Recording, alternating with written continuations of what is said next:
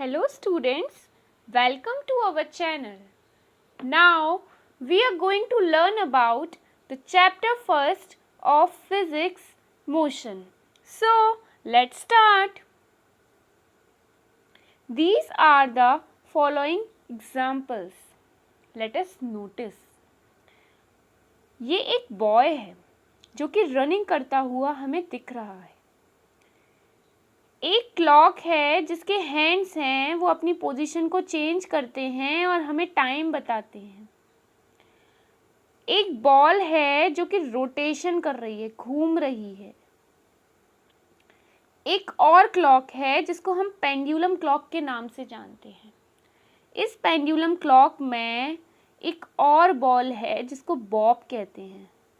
We are saying Bob. अच्छा, ये जो बॉब है ये कुछ इस तरह से मोशन करता है. Okay, in the following examples we are noticed that these moving bodies continuously change their position with respect to time. मतलब ये अपनी पोजीशन को टाइम के रिस्पेक्ट में चेंज कर रही है. यहाँ पर जो घड़ी के हैंड्स हैं वो भी अपनी पोजीशन को चेंज कर रहे हैं.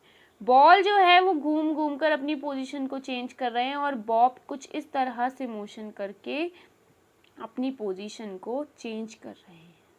तो ये इन सब में एक कॉमन कैरेक्टरिस्टिक हुआ. अब हम मोशन की डेफिनेशन को डिफाइन करते हैं. तो एक बॉडी को हम मोशन में तब कहेंगे when it continuously change their position with respect to stationary object. The point to be noted that is stationary object. Stationary object physics की लैंग्वेज में जो चीज़ अपनी जगह फिक्स होती है, अपनी पोजीशन को चेंज नहीं करती, उसको हम स्टेशनरी ऑब्जेक्ट कहते हैं. या फिर हम कहते हैं कि वो जो बॉडी है वो रेस्ट में है. ठीक है, तो ये जो कार है वो अपनी पोजीशन को कंटिन्यूअसली चेंज कर रही है. हमने यहाँ से टाइम देखना शुरू किया t=0 पर, t=5 सेकेंड्स पर. ये कार जो है वो यहाँ से यहाँ पहुँची, तो 5 सेकेंड तक उसने क्या किया? मोशन किया. किसके रिस्पेक्ट में? स्टेशनरी ऑब्जेक्ट के रिस्पेक्ट में. तो एक रेफरेंस पॉइंट होना बहुत इम्पोर्टेंट है.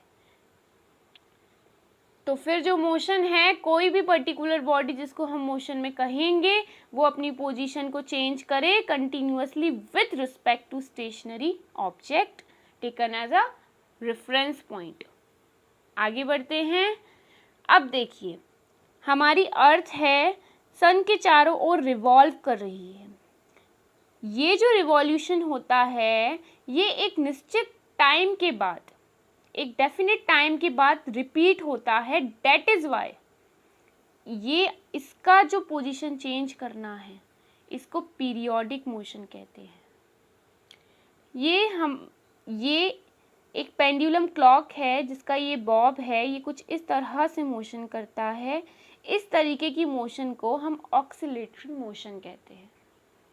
अब ये व्हील है एक, ये सर्कुलर पाथ में घूम रहा है. That is why we are saying this type of motion as a circulatory motion. अब देखिए, मैराथन हो रही है, हम जीतेंगे, सीधे सीधे भागना है इनको. That is why this type of motion is said to be translatory motion.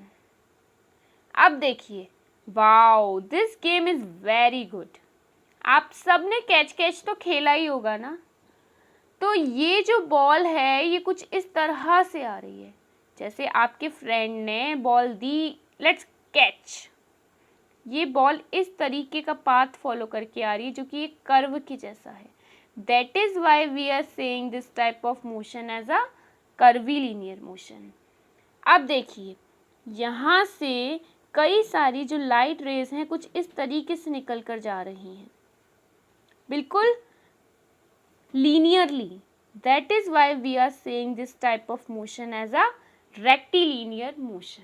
तो ये हमारे मोशन के कुछ टाइप्स थे, ठीक है। अब यहाँ देखिए, एक क्लॉक है जिसमें ये जो रेड कलर वाला हैंड है इसको सेकंड हैंड बोलते हैं, ये आवर हैंड है और ये मिनट हैंड है, कोई बड़ी बात नहीं है। बट ऑब्जर्वेशन वाली बात यहाँ पर ये है कि जो सेकंड वाला हैंड है उसको हम मूव करते हुए आसानी से नोटिस कर लेते हैं, बट जो आवर वाला हैंड है हम नोटिस नहीं कर पाते। आवर वाला हैंड हम नोटिस नहीं कर पाते, मीन्स दैट जो चीज़ें जल्दी जल्दी चलती हैं, यानी जो बॉडीज़ फास्ट ट्रैवल करती हैं, फास्ट मूव करती हैं, वो इजीली ऑब्जर्व हो जाती हैं, और जो बॉडी स्लोली स्लोली मोशन करती हैं, स्लोली स्लोली मूवमेंट करती हैं, उन्हें डिफ़िकल्ट टू ऑब्जर्व, हम आसानी से ऑब्जर्व नहीं कर पाते। सिंपल। अब एक नया कॉन्सेप्ट पढ़ते हैं जिसको डिस्टेंस एंड डिस्प्लेसमेंट कहा जाता है। Let us start. Distance and displacement. क्या होता है डिस्टेंस एंड डिस्प्लेसमेंट? मान लीजिए ये आप हो ए पोजीशन पे, आपको इस ट्री तक पहुंचना है, देन आप किस तरीके के पाथ को फॉलो करना पसंद करेंगे? पाथ का मतलब हो गया यहाँ पर रास्ता, ठीक है। आप ऐसे भी जा सकते हैं, आप ऐसे भी जा सकते हैं। तो यहाँ पर ही फिजिक्स का एक कॉन्सेप्ट छुपा हुआ है जिसको हम डिस्टेंस और डिस्प्लेसमेंट के नाम से जानते हैं। अगर आप पहले ए से बी जाते हैं, फिर बी से सी जाते हैं, यानी किसी भी डायरेक्शन में चलना शुरू कर देते हैं और अपनी डेस्टिनी तक पहुँचते हैं, तो हम इस तरीके के पाथ फॉलोड को, जो आपने पाथ फॉलो किया, जो आपने दूरी तय की, उसको डिस्टेंस कहा जाता है या डिस्टेंस ट्रेवल कहा जाता है, जो कि आपने किया। अगर आप ए से डायरेक्ट सी पर पहुंचते हो, यानी ए पॉइंट से डायरेक्ट सी पॉइंट तक पहुंचते हो, तो ए से सी तक की सबसे छोटी जो दूरी है वो यही है। ए से लेकर सी तक का जो सबसे छोटा रास्ता है वो यही है, और एक पर्टिकुलर डायरेक्शन में भी आप जा रहे हो, towards only destiny, towards only final position, ठीक है। तो इसको कहा जाता है डिस्प्लेसमेंट, यानी shortest path travelled bye a body. Simple. और एक प्रैक्टिकली एग्जांपल हम ले सकते हैं, अगर आपको एक सिटी से दूसरी सिटी में जाना है, तो वहाँ पर जो रास्ते की जो दूरी होगी वो डिस्टेंस होगी। क्यों? वो डिस्प्लेसमेंट नहीं होगी। और वो भी अगर आप कार से जा रहे हो तो। एरोप्लेन का केस डिफरेंट हो जाएगा। अगर आप कार से एक सिटी से दूसरी सिटी में जाते हो तो उस केस में डिस्टेंस का इंट्रोडक्शन होगा। क्यों? क्योंकि वो कोई एक पर्टिकुलर डायरेक्शन में नहीं जाएगा, उसको गलियों में मुड़ना भी पड़ेगा। अगर वो सीधे सीधे जाएगा तो खंबे में घुस जाएगा। सिंपल सा। तो चलो अब डिफाइन कर लेते हैं डिस्टेंस एंड डिस्प्लेसमेंट को। तो it refers to actual length of indirect path. कौन सा वाला पाथ? Indirect path. यानी आप कौन से रास्ते पर हो ये नहीं पता, आपसे बस रास्ते की लंबाई पूछी गई है, उसकी लेंथ पूछी गई है कि वो कितना लंबा है। तो डिस्टेंस जो है वो actual length of indirect path होता है, यानी आप कोई भी पाथ को फॉलो करो, आपको आपकी डेस्टिनी तक पहुंचना है। जैसे कि यहाँ पर हम पहले ए से बी फिर बी से सी जा रहे थे। ए से बी हमने पहले 4 मीटर ट्रैवल किया, उसके बाद 3 मीटर ट्रैवल किया, यानी हमें टोटल 7 मीटर चलना पड़ा। ओके, तो ए से बी फिर बी से सी, ये डिस्टेंस हो गई। और अब देखो, जो डिस्प्लेसमेंट है वो शॉर्टेस्ट डिस्टेंस है, यानी उसको सिर्फ इनिशियल पोजीशन और फाइनल पोजीशन से ही मतलब है। इनिशियल टू फाइनल पोजीशन का सबसे छोटा रास्ता, 2 पॉइंट्स के बीच का सबसे छोटा रास्ता होता है उन दोनों के बीच की बनाई हुई एक स्ट्रेट लाइन। तो वही डिस्प्लेसमेंट होता है। यानी इनिशियल और फाइनल पोजीशन के बीच की डिस्टेंस, शॉर्टेस्ट डिस्टेंस। डिस्टेंस तो कुछ भी हो सकती है, जैसे यहाँ पर इन दोनों पॉइंट की डिस्टेंस ऐसे भी हो सकती है, इस तरीके से घूमकर यहाँ पहुँच जाओ, कुछ भी हो सकती है, but we are talking about shortest distance which is A to C 5 metre. ठीक है। अच्छा, डिस्टेंस और डिस्प्लेसमेंट दोनों की SI यूनिट मीटर ही होती हैं, हम दोनों को मीटर में ही मेजर करते हैं। CGS सिस्टम में आप इसको सेंटीमीटर से रिप्रेजेंट कर सकते हैं। अच्छा, डिस्टेंस जो है वो स्केलर क्वांटिटी है, most important point, and displacement जो है वो वेक्टर क्वांटिटी है। सो ये स्केलर और वेक्टर क्वांटिटी होती क्या है? किसी भी क्वांटिटी को हम स्केलर क्वांटिटी तब कहते हैं जब उसके पास सिर्फ मैग्नीट्यूड हो but no specific direction. Magnitude तो है बट नो स्पेसिफिक डायरेक्शन। और डिस्टेंस में हमने पहले ही देखा था इनडायरेक्ट पाथ, यानी ऐसा पाथ जिसकी कोई डायरेक्शन ना है। तो फिर नो स्पेसिफिक डायरेक्शन, देखो फिर से A से C तक जाने के लिए किसी भी डायरेक्शन में चलता चला जा रहा है, पहले इस डायरेक्शन में फिर इस डायरेक्शन में, तो इसके पास मैग्नीट्यूड तो है, और मैग्नीट्यूड का मतलब भी यहाँ समझ लो वो चीज़ कितनी है, यानी A से लेकर B फिर B से लेकर C, टोटल रास्ता इसको कितना चलना पड़ रहा है, 4 + 3 यानी 7 मीटर्स। 7 मीटर क्या हो गया, इसका मैग्नीट्यूड हो गया, यानी वो चीज़ कितनी है, 10 मीटर है, 20 मीटर है, कम है, ज़्यादा है, जो भी है, मैग्नीट्यूड ये होता है कि वो चीज़ कितनी अमाउंट में है। जैसे कि 20 मीटर है, 40 मीटर है, और हमारे पुराने केस के हिसाब से जो डिस्टेंस है वो 7 मीटर है। ठीक है। अच्छा, अब डिस्प्लेसमेंट जो है वो एक वेक्टर क्वांटिटी है। क्यों? क्योंकि इसके पास magnitude as well as direction दोनों चीज़ें हैं। चलो एक एक करके देखते हैं। मैग्नीट्यूड है इसके पास, मैग्नीट्यूड कितना है, 5 मीटर। वेक्टर क्वांटिटी है डिस्प्लेसमेंट, तो इसके पास magnitude and direction both are compulsory. तो मैग्नीट्यूड हो गया इसका 5 मीटर, और direction A to C, direct हो गई ना, एक स्ट्रेट पाथ पे डायरेक्ट डायरेक्शन हो गई A to C। तो मैग्नीट्यूड और डायरेक्शन दोनों हैं। Displacement is a vector quantity because it has both magnitude as well as direction. और जो डिस्टेंस है वो इनडायरेक्ट पाथ की एक एक्चुअल लंबाई है, जो कि एक स्केलर क्वांटिटी है, यानी जिसके पास सिर्फ मैग्नीट्यूड है। ठीक है, आगे बढ़ते हैं। अब देखिए यहाँ पर ये एक पॉइंट है, आपको यहाँ पर इस तरीके का ट्रैक फॉलो कर फिर से इस पॉइंट तक पहुँचना है। तो अब आपको बताना है कि इस केस में डिस्टेंस क्या होगी और डिस्प्लेसमेंट क्या होगी। थोड़ा दिमाग लगाइए, सोचिए। चलिए हम ही बताते हैं। ये जो पॉइंट है, इस पॉइंट से यहाँ तक आने के लिए जो डिस्टेंस है, डिस्टेंस का हमने क्या कहा आपसे कि कोई भी डायरेक्शन में जाए, कैसे भी जाए, अपने पॉइंट तक पहुंचनी चाहिए। ठीक है। इनडायरेक्ट पाथ की एक्चुअल लंबाई डिस्टेंस होती है। तो जो डिस्टेंस ट्रेवल्ड हो गई वो कभी ज़ीरो नहीं हो सकती, क्योंकि एक स्पेसिफाइड डायरेक्शन में नहीं। आपने कुछ तो तय किया होगा, अगर आप ऐसे जा रहे हो, आपने कौन सी डिस्टेंस ट्रेवल करी, सोचकर बताइए। इस डिस्टेंस को हम क्या बोलेंगे? इसकी लंबाई तो आप मेजर कर सकते हो, सर्कुलर है।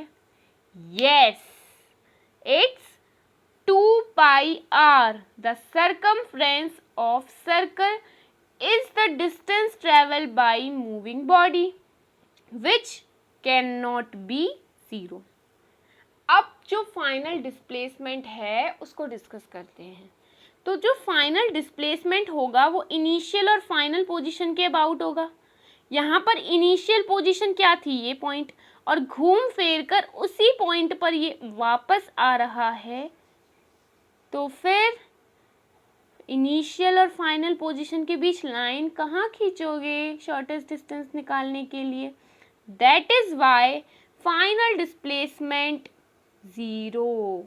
तो हम अब कह सकते हैं कि जो distance travelled by a moving body है वो 0 हो सकता है, बट वो 0 नहीं हो सकता है। Sorry, I am repeating my sentence. Distance travelled by a moving body can not be 0, कभी 0 नहीं हो सकता है, क्योंकि पाथ की कुछ ना कुछ लंबाई तो होगी, बट फाइनल डिस्प्लेसमेंट जो है वो 0 हो सकता है अगर उसका इनिशियल और फाइनल पॉइंट दोनों सेम हो।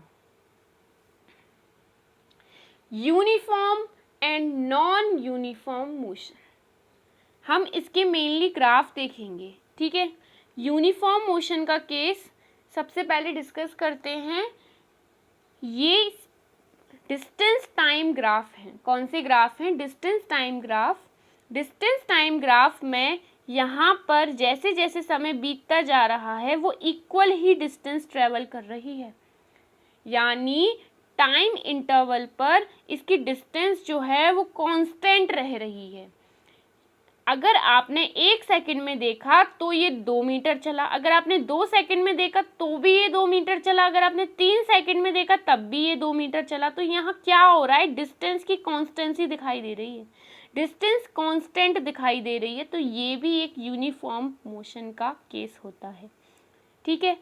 अगर डिस्टेंस जो है वो इक्वल टाइम के साथ इक्वली बढ़े, जैसे कि इस पॉइंट पर देखो, यहाँ पर इक्वल टाइम इंटरवल पर ये इक्वली बढ़ी, फिर उसके बाद थोड़ा टाइम इंटरवल हुआ, उसके बाद फिर ये इक्वली बढ़ी।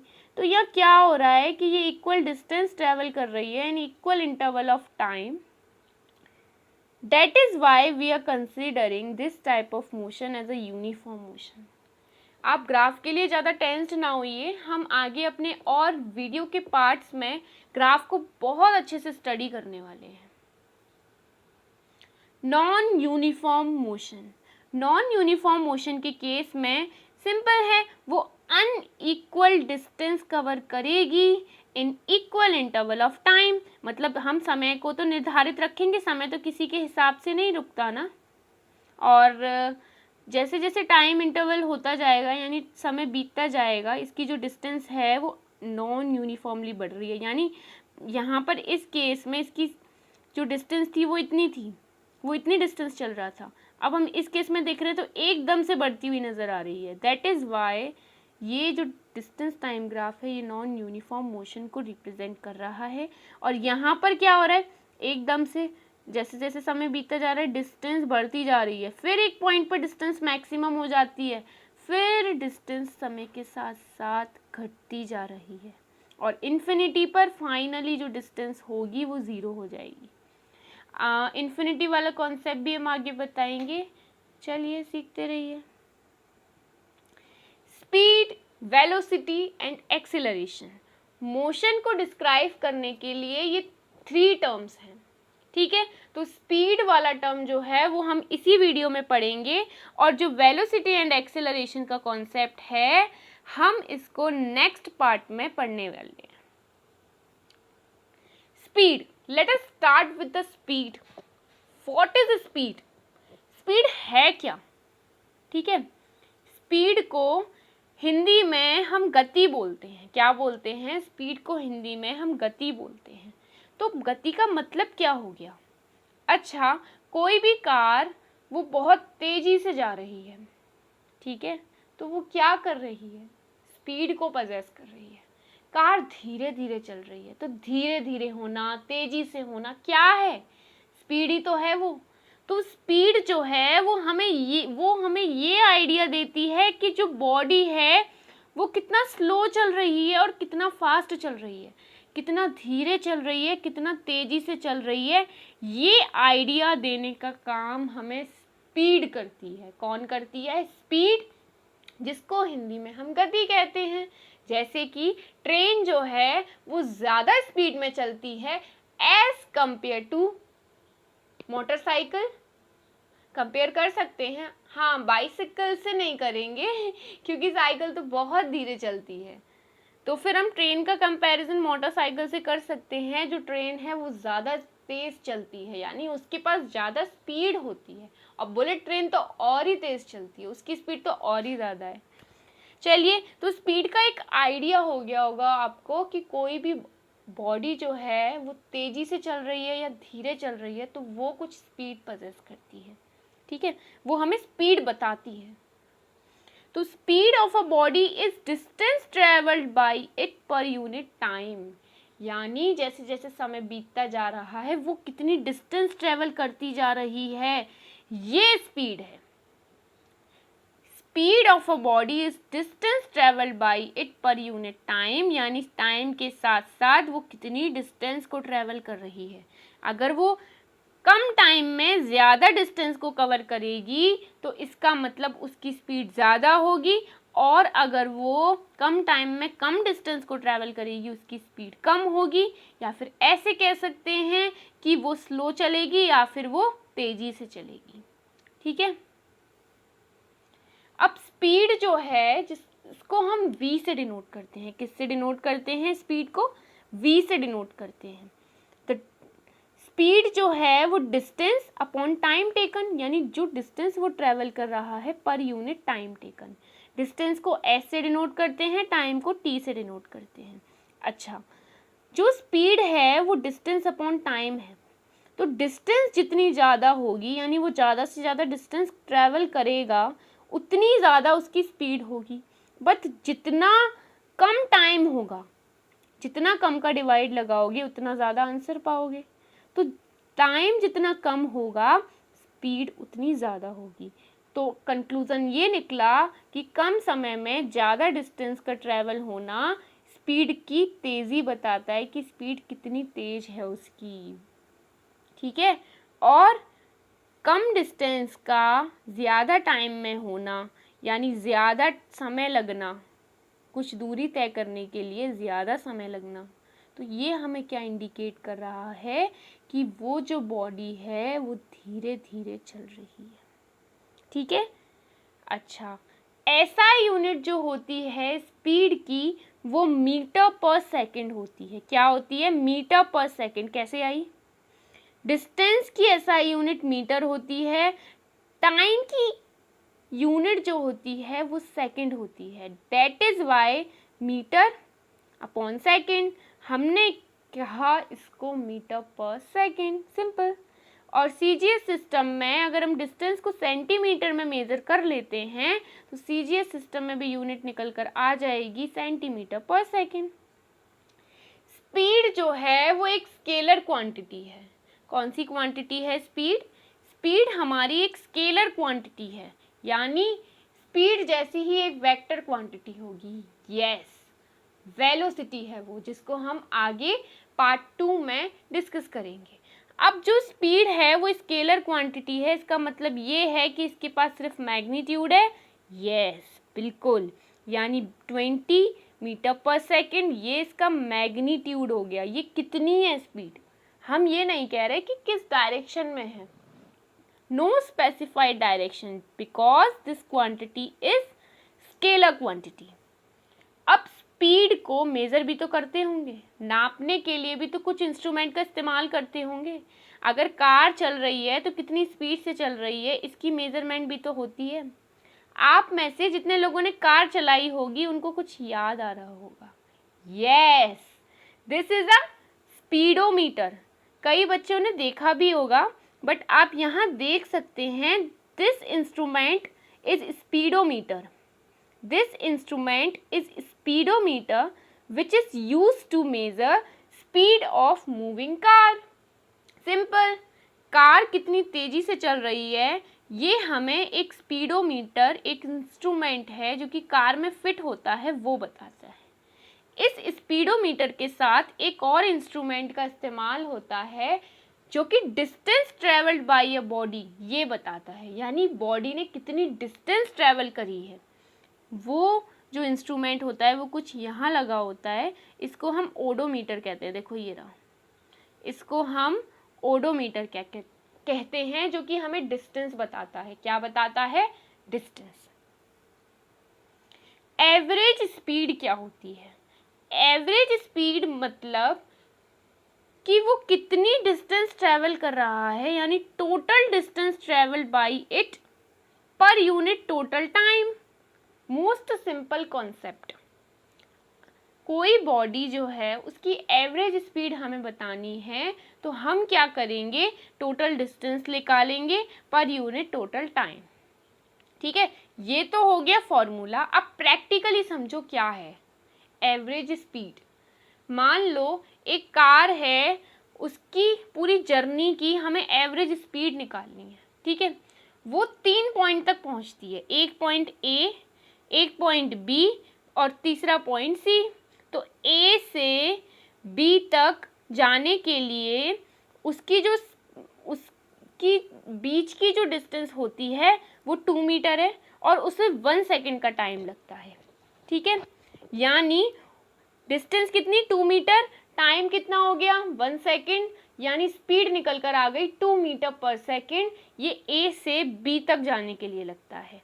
अब बी से सी तक की जो डिस्टेंस है वो 3 मीटर है और इससे यहाँ से जाने का जो टाइम है वो 1 सेकेंड ही लगता है।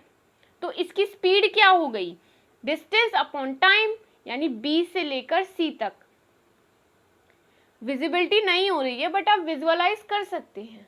3 metre per unit time, time जो हो गया 1 सेकेंड का, तो इसकी बी से लेकर सी तक जो स्पीड निकल कर आई वो 3 मीटर पर सेकेंड हो गई।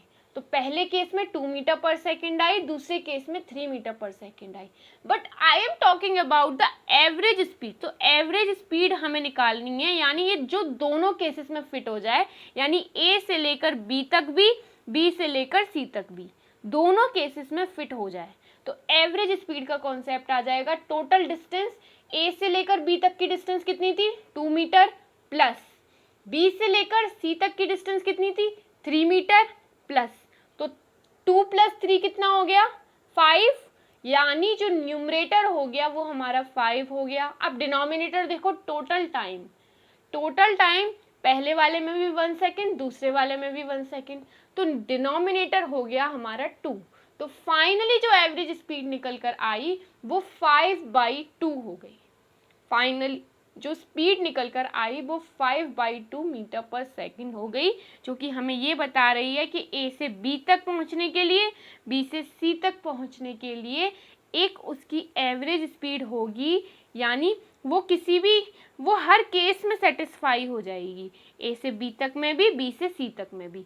अगर मैं डायरेक्टली बात करूं कि ए से बी तक उसकी स्पीड क्या है, तो वो 2 मीटर पर सेकेंड होगी। अब मैं बात करूं ए से बी तक उसकी एवरेज स्पीड क्या है, ए से सी तक, यानी उसके पूरे पाथ की एवरेज स्पीड क्या है, तो वो हमारी 5/2 मीटर पर सेकेंड होगी। ए से बी तक का आ गया, बी से सी तक आ गया। अगर ए से सी तक के लिए एवरेज स्पीड पूछ रहा है तो 5/2 मीटर पर सेकेंड होगी। आई होप आपको समझ में आ गया होगा। यूनिफॉर्म स्पीड क्या होती है, यूनिफॉर्म का मतलब हो गया इक्वली काम होना, कॉन्स्टेंसी के साथ होना। तो यूनिफॉर्म स्पीड का मतलब हो गया कि वो इक्वल डिस्टेंस ट्रेवल करे per unit equal interval of time, यानी जैसे जैसे समय बीतता जा रहा है वो इक्वल डिस्टेंस को कवर करे। अगर टाइम इंटरवल मान लो हमने 2 सेकेंड्स का रखा, 2 सेकेंड्स में ये 3 मीटर चलती है, तो फिर 4 सेकेंड्स में ये 6 मीटर चलेगी। 5 सेकेंड्स में 4 सेकेंड्स का देख लिया हमने, टाइम इंटरवल 2 का ले रहे हैं ना, तो अब 6 सेकेंड्स में देखेंगे तो 6 सेकेंड्स में ये 9 मीटर चलेगी। तो equal distance in equal interval of time, ये यूनिफॉर्म स्पीड होता है।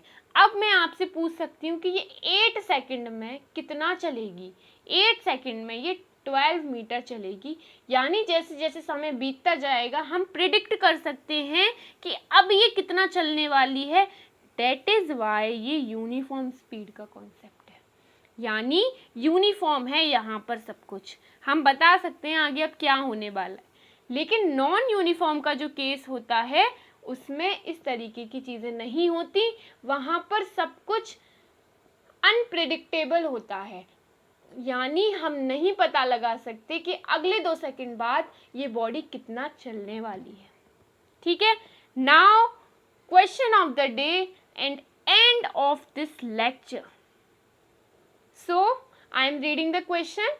आपको इस क्वेश्चन का आंसर कमेंट बॉक्स में लिखना है। Which of the following instrument used to measure distance travel by body? आपके ऑप्शंस हैं thermometer, galvanometer, odometer and speedometer. Which one is the correct option? आपको कमेंट सेशन में लिखना है। And like, share, subscribe, comment, turn on notification, and thanks for watching.